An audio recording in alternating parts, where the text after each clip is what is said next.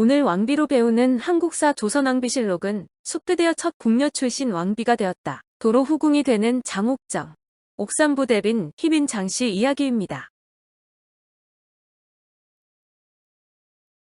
숙종 15년 4월 21일 숙종은 사원부 관원들과 청대하는 자리에서 불쑥 궁중의 내전에서 자신이 당한 변괴를 이야기했습니다. 단지 송시열의 일만 그런 것이 아니고 궁리 사이에도 변괴가 있으니 대간이 다 논진한 다음 말하겠다. 이렇게 운을 뗀 숙종은 인현왕후에 대해 관저의 덕풍은 없고 투기의 습관이 있다며 맹비난을 쏟아낸 것입니다. 숙종은 옛날부터 투기하는 부인은 있었지만 인현왕후는 투기할 뿐만 아니라 시부모의 말을 지어내는 지경에 이르렀다면서 이런 사람은 고금에 다시 없을 것이라고 말했고 나중에는 인현왕후를 여후와 곽후에 비유하기까지 했다. 어느 날 나에게 말하기를 꿈에서 남과 선우를 만났는데 두 분이 나를 가리키면서 말하기를 내 전과 귀인은 선묘 때처럼 복록이 두텁고 자손이 많을 것이다. 그러나 수건은 아들이 없을 뿐만 아니라 복도 없으니 오랫동안 액정이 있게 되면 경신년에 실각한 사람들에게 당부하게 되어 국가에 이롭지 못할 것이다. 했습니다. 하였다. 숙종실록 숙종 15년 4월 21일 경빈 박씨나 공빈 김씨처럼 후궁이 먼저 아들을 낳은 적도 있지만 태어난 순서로 세자가 되지도 않고 큰 전란이 일어나지 않는 한 광해군 같은 세자 책봉도 없어 왕비의 임신을 기다리는 것이 보통이었습니다.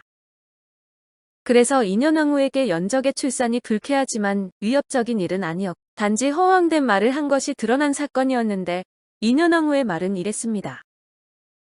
수건은 전생의 짐승의 몸이었는데 주상께서 쏘아 죽이셨으므로 묵은 원한을 갖고자 태어난 것이다. 팔자에 본디 아들이 없으니 주상이 노고하셔도 공이 없을 것이다. 그리고 인현왕후는 여기서 그치지 않고 장옥정에게 더 적극적으로 공격을 퍼부었습니다. 임금이 이르기를 원자가 탄생한 뒤에 더욱 불평하고 좋아하지 않는 기색이 있으면서 말하기를 처음에는 여자가 쓰는 모자를 만들었는데 이제는 남자의 모자를 쓴다니 실로 뜻밖이다 하고 궁인들 중에도 왕자가 탄생한 것이 외외의 일이라고 말하는 자가 몇이 있으니 그 말은 무엇을 뜻하는가? 내가 국본을 일찍 정한 보니가 이것이다. 열려실 기술 숙종조 고사본 말. 임금이 말하기를 원자가 탄생하자 더욱 기뻐하지 않으면서 말하기를 실로 이는 뜻밖이다 하였다. 일찍 국본을 정한 데에는 뜻이 있는 것이다. 숙종실록 숙종 15년 4월 21일 이는 장옥정 모자에게 매우 치명적으로 다시 말해 인현왕후의 말은 경종은 숙종의 씨가 아니며 왕통이 바뀌었다고 주장하는 것인데 물론 이런 인현왕후의 언행은 갑술왕국과 함께 일부 삭제되었습니다.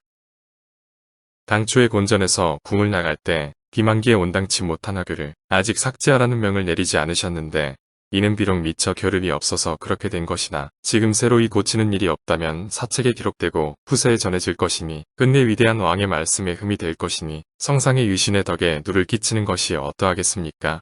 정원으로 하여금 여러 일기를 살펴보게 하여 그 당시 성상의 하교 가운데 온당치 못한 말을 모두 삭제하여 종회에 밝게 보이소서. 상이 이르기를 아랜대로 하라고 하였다. 승정원 일기 숙종 20년 10월 13일 또한 여기서 흥미로운 사실은 숙종 20년인 1694년에 숙종이 인현왕후를 복위시키면서 인현왕후가 과거에 했던 말을 부정하지 않는다는 점입니다. 즉 기사왕국 당시에 숙종이 없는 말을 꾸며내거나 과장하지 않았으며 인현왕후가 장옥정을 모함하고 핍박한 일과 원자 시절 경종에게 가진 악감정은 모두 사실인 것입니다. 부사에게 화를 끼치게 하느니 보다는 차라리 과공의 실덕을 감수하겠다. 이는 실로 국가의 흥망성쇠에 관계되나 내조의 공을 바랄 수 없고 종묘사직을 섬길 수 없는 자이니 드러내어 패출하는 일을 늦출 수 있겠는가. 숙종실록 숙종 15년 5월 4일 내가 나이 30에 비로소 어린아이를 보는 즐거움을 알았고 조종께서 이어오신 동서를 이제 다행히도 부탁할 사람이 있다. 내가 즉위한 뒤로 오랫동안 아들을 얻는 상서가 없어 28의 한창 나이에도 아버지가 되지 못하여 300년 동안 전수하여 온 기업이 내 몸에 와서 잘못될까 염려하였다. 숙종실록 숙종 16년 6월 16일 숙종은 어린 나이에 즉위했고 잦은 질병에 시달렸는데 유사시 유력한 왕위 계승 후보자는 임평대군의 아들인 복창군, 복성군, 복평군 형제와 소현세자의 손자인 임창군과 임성군이었습니다. 또 숙종은 민해빈 강씨의 억울함을 풀어줄 것을 상소한 김웅욱과 같은 무리가 장차 일어나 국가의 화를 전가할 일이 발생할 수 있다는 염려를 보인 적도 있었습니다. 숙종은 이런 점에서 왕위 계승의 문제를 고려했고 후사를 안정적으로 계승시키는 것이 중요했는데 세자가 장자임은 원자정으로 해결했지만 안정적 계승을 위해서는 적자지위도 부여되어야 했습니다. 장옥정의 왕비 책내는 생모의 신분을 의례를 통해 변화시켜 종친과 문무백관, 내 외명부가 인정하는 지위를 구현하려는 정치적 함의가 내포되어 있었습니다.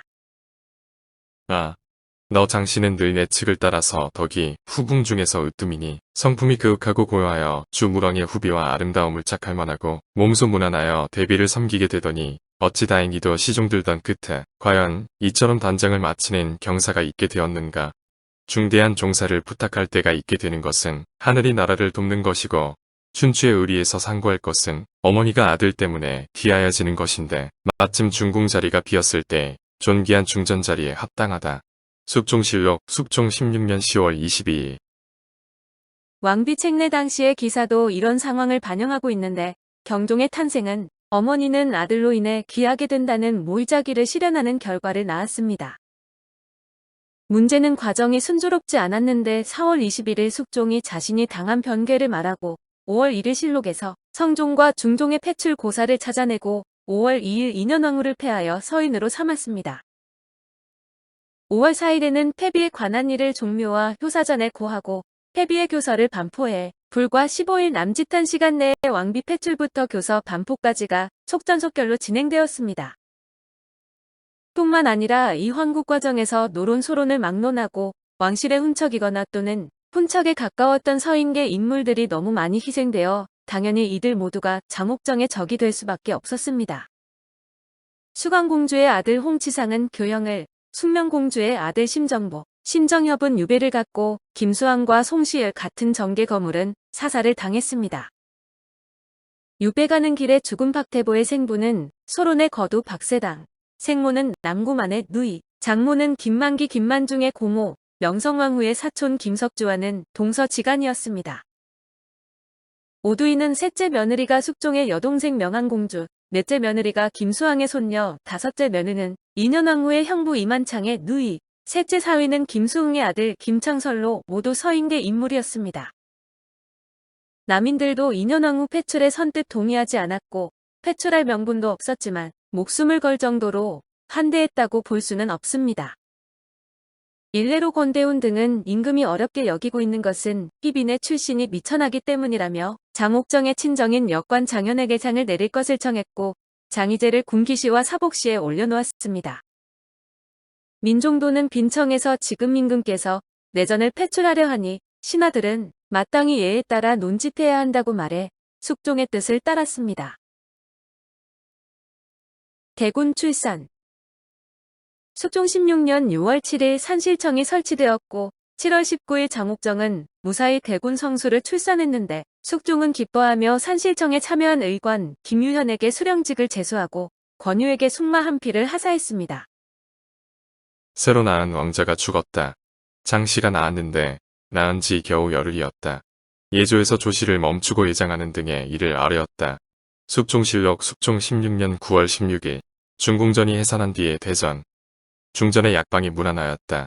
답하기를 알았다. 정원과 옥당이 무난하였다. 답하기를 알았다. 승정원 일기 숙종 16년 7월 19일. 이러한 기쁨도 잠시로 장옥정이 출산한 지 2달여가 지난 9월 16일 대군이 죽고 말았는데 숙종실록은 겨우 열흘 만이라고 하지만 승정원 일기는 7월에 태어났다고 되어 있습니다. 따라서 대군이 생후 열흘 만에 죽었다는 기록은 신뢰성이 떨어지는데 실록 편찬 과정에서 잘못되었거나 의도적인 누락으로 의심도 됩니다. 출산은 순조로웠지만 산후의 상태는 좋지 않아 산모의 영향을 받아 태어난 대군의 상태도 좋지 않았을 수 있는데 장옥정은 출산 이틀 후부터 통증을 호소했습니다. 유즙이 막히고 유방이 팽창하며 맥이 빠르고 번열이 있었는데 해당 증상을 종합하면 유선염으로 보이고 더불어 수면 장애와 두통까지 있었습니다. 비록 둘째 아들을 잃었지만 장옥정은 세자의 생모라 왕비 지위에 변동이 없었고 10월 22일 정식으로 왕비 책례가 있었는데 장년 왕후의 상이 모두 끝났기 때문에 도감을 설치하고 책례를 거행했습니다. 이듬해 숙종 17년 옥산부원군이 된 장형의 사당을 나라에서 지어주는 한편 노소의 신도비를 세우고 시호를 내려주었습니다. 뿐만 아니라 시호를 받으면 집에서 연시라는 잔치를 하는데 숙종은 잔치 비용을 보내주고 삼정승을 비롯한 조정의 관리들을 모두 참석하게 강요했습니다. 심지어 잔치에 참석하지 않은 자가 있다며 파직 조치까지 단행했는데 장옥정에 대한 총애뿐 아니라 왕세자의 외가가 중인 역관 집안이므로 격을 높이고자 하는 의도도 있었을 것입니다. 갑수한국 숙종 19년은 장옥정 개인에게 안 좋은 일이 연달아 일어나는 해로 2월 1일 수일 전부터 아들 경종의 왼쪽 뺨과 턱 아래가 부어올라 약간 붉고 열이 나며 만지면 아픈 증상이 나타났습니다. 그런데 아들에게 종기가 생기자마자 장옥정에게도 종기가 생기더니 2월 21일에는 숙환인 담화가 재발을 합니다. 보통 후궁의 병증은 승정원 일기에 기록하지 않아 장옥정이 언제부터 숙환을 앓게 되었는지 알 수 없지만 명성왕후에 의해 쫓겨났던 약 6년의 승은궁녀 시절이 가장 유력해 보입니다. 임금이 동궁에 있을 때부터 걱정과 두려움이 쌓여서 드디어 형용하기 어려운 병이 생기게 되었는데 해가 갈수록 더욱 고질이 되어 화열이 위로 오르면 때때로 혼미하기도 했다.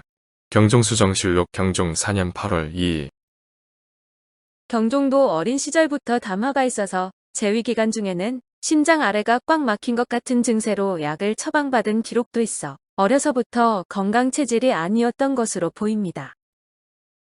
생후 7개월 즈음인 숙종 15년 5월 22일에 발병한 가벼운 감기, 기침, 콧물 등의 증상을 시작으로 눈병, 부스럼 등 다양한 질병 기록이 발견됩니다. 그렇다면 경종처럼 장옥정도 걱정과 두려움이 쌓여 담화를 앓았을 수 있는데 왕세자가 건강하지 못하면 왕비의 지위도 위태로워질 수도 있어 장옥정에게 심리적으로 큰 압박이 되었을 것입니다. 4월 1일 장옥정의 오빠 장희재가 포도청의 사찰 사건으로 포도대장직을 내려놓는데 총용사와 포도대장직임을 맡아 군권과 경찰권을 쥐고 있던 장희재의 날개 하나가 꺾여 장옥정에게는 큰 타격이었습니다. 이 사건은 포도청의 군관 이지훈이 군사를 이끌고 병조의 하급 관리를 따라 승정원에 들어가 종이로 바른 창을 찢어 승정원의 당하관들을 엿보는 사건이었습니다. 이에 포도청은 예문관의 청지기를 엿보아 체포하고자 그런 일을 했다고 주장했는데 문제는 승정원이 이 사건을 하루 늦게 숙종에게 알린 것입니다. 당시 총용사이자 포도대장이 장희재라 눈치를 본 것인데 사건을 무마하고자 군관 이지훈의 아버지 이덕클이 포도대장 장희재 대신 내관 최상왕에게 설명하고 최상왕이 숙종에게 전달해 일이 커졌습니다. 결국 4월 1일 사간온의 상소로 숙종은 이덕클을 차명하고 내관 최상왕과 궁녀 정숙은 유배, 장희재는 방면하면서 사건을 정리했습니다. 이 시점에서 장옥정의 새로운 연적인 숙빈 최씨가 4월 26일 수건 봉작을 받으면서 처음 기록에 등장하는데 10월에 왕자 영수를 출산함으로 수건으로 봉작될 때 이미 임신 중이었습니다. 6월 14일 사원보 집에 박만중이 올린 역관 장찬이 지은 거창한 누각을 사치스러우니 헐어버리게 하라는 상소가 받아들여졌는데 장찬은 장현의 아우로 이 와중에 친정마저 도움이 되지 않았던 셈입니다. 남인 측도 숙종의 변심을 느끼고 있었던 것 같은데 당시 수건이었던 최씨가 왕자를 낳자 남인인 이현일이 숙종에게 적서의 분별을 엄정히 해야 한다고 아뢰는 일이 있었습니다. 이현일이 아래기를 국가의 자손이 번성하는 경사는 실로 바라고 기다리는 가운데 큰 경사입니다. 다만 예로부터 적서의 구분은 엄정함이 엄연히 암하여 지금 왕세자가 점점 장성해지는데 이처럼 어렸을 때 때때로 서로 만나 엄격한 구분을 알게 하고 그로 인해 습성이 더불어 자라게 한다면 이것이 바로 끝없는 아름다움일 것입니다. 상이 이르기를 유신이 아른 바가 참으로 좋으니 각별히 유념하겠다고 하였다. 승정원 일기 숙종 19년 10월 13일 이 왕자는 태어난 지 2달여 만에 죽었으나 최씨가 연달아 두 번째 임신을 한 상태라 궁중 내입지에는 변화가 없었습니다. 이런 상황에서 숙종은 중궁의 숙환이 담화이며 이미 고질병이 되었다고 말했는데 장옥정은 숙종의 총애가 다른 여성에게 옮겨가고 병약한 왕세자와 왕비 지위에 대한 불안감을 느끼고 있었습니다. 그러던 숙종 20년 3월 23일 우의정 위남이 소론 한중엽과 노론, 김춘택 등이 금품을 모으고 사람들을 길러 은밀한 음모를 꾸미고 있다는 함의원의 고변을 왕에게 전달했습니다. 실제로 한중엽과 김춘택은 각각 따로 환국을 도모했는데 노당은 패비를 복위시키려 하고 소당은 패비를 별궁에 옮기려 한다는 공투 내용을 보면 노론과 소론의 목표는 다르지만 목적은 같았습니다. 그러나 불과 6일 만에 기민의 고변이 잇따르는데 요지는 장희재가 사람을 매수해 숙빈을 독살하려 한다는 것이었습니다. 또 신청군수 윤희와 훈국별장 성호빈 등이 반역을 도모하고 있는데 훈국대장 이의징이 참여했으며 미남 오시봉, 목창명 등 남인이 결탁되었다는 내용이었습니다. 남인들은 이를 기민이 이의징에게 원한이 있어서 지어낸 고변이라고 말했고 숙종도 이를 수긍했는데 4월 1일 숙종이 갑술왕국을 단행하면서 상황을 반전시켰습니다. 함의원의 고변은 서인계의 일망타진을 노린 미남의 사주에 의한 것으로 확정되어 미남 등은 제주도에 유배되었다가 사사되었고 함의원과 기민도 옥중에서 여러 차례 고문을 받다가 죽었습니다. 김진기의 아들 김춘택이 봉보 부인을 통하여 최씨와 계략을 세워 남인의 정상을 추상에게 자세히 보고하여 환국이 이루어졌다. 단한말록. 이를 두고 민진원이 쓴 단한말록에서는 숙종의 봉보 부인이 인경왕후 집안과 친밀하게 지냈는데 인경왕후의 조카인 김춘택이 봉보 부인을 통해 숙빈과 계책을 세워 갑술왕국을 이룰 수 있었다 설명합니다. 당의 통량에서도 노론 인사들이 환국 후에 김춘택의 공이 있었으니 그의 아버지 김진기로 대장을 삼아서 그의 공을 갚는 것이 마땅하다고 했으니 매우 설득력 있게 들립니다. 후궁 강등. 4월 1일 숙종은 폐인 홍치상 이사명 등을 위하여 변명, 구원하는 자는 영률이나 중률로 엄히 다스리겠다고 지시하며 환국을 일단락지었습니다. 그런데 숙종은 4월 9일 폐인을 어의궁에 옮겨 거처하게 하는 예우를 논의하더니 4월 12일 폐인이 아닌 전비라고 일커드며 서궁의 경복당으로 들어오게 했습니다. 내 오히려 고니의 이건을 패비민시 어찌 무난치 아니하느뇨. 크게 신뢰하며 방자함이 심하도다. 인현 왕후전. 이튿날 정전에 나아간 뒤에 임금이 비에게 말하기를 경이 경덕궁에 이처하고 내가 몸소 가서 맞이하면 바로 예에 맞고 경에게도 빛이 있을 것인데 살펴 생각하지 못하여 큰일을 너무 갑작스레 처리하였으니 이것이 한스럽다. 숙종실록 숙종 20년 4월 12일. 그러므로 인현왕후전에서 드러나는 장옥정의 요구는 타당해 보이는데 인현왕후도 패비 신분으로 돌아와 왕세자와 조정의 문안을 받지 않으려고 했고 왕세자 앞에서 일어나려고 했던 것입니다. 그러나 숙종은 이날 장옥정의 거처를 별당으로 옮기게 하고 왕비 세수를 거두고 희빈의 옛 자코를 내려주되 왕세자인 경종이 아침 저녁으로 문안하는 예절만은 폐지하지 않도록 조치했습니다. 장옥정의 몰락과 처참한 죽음, 옥산부대빈 희빈 장씨 이야기로 이어집니다.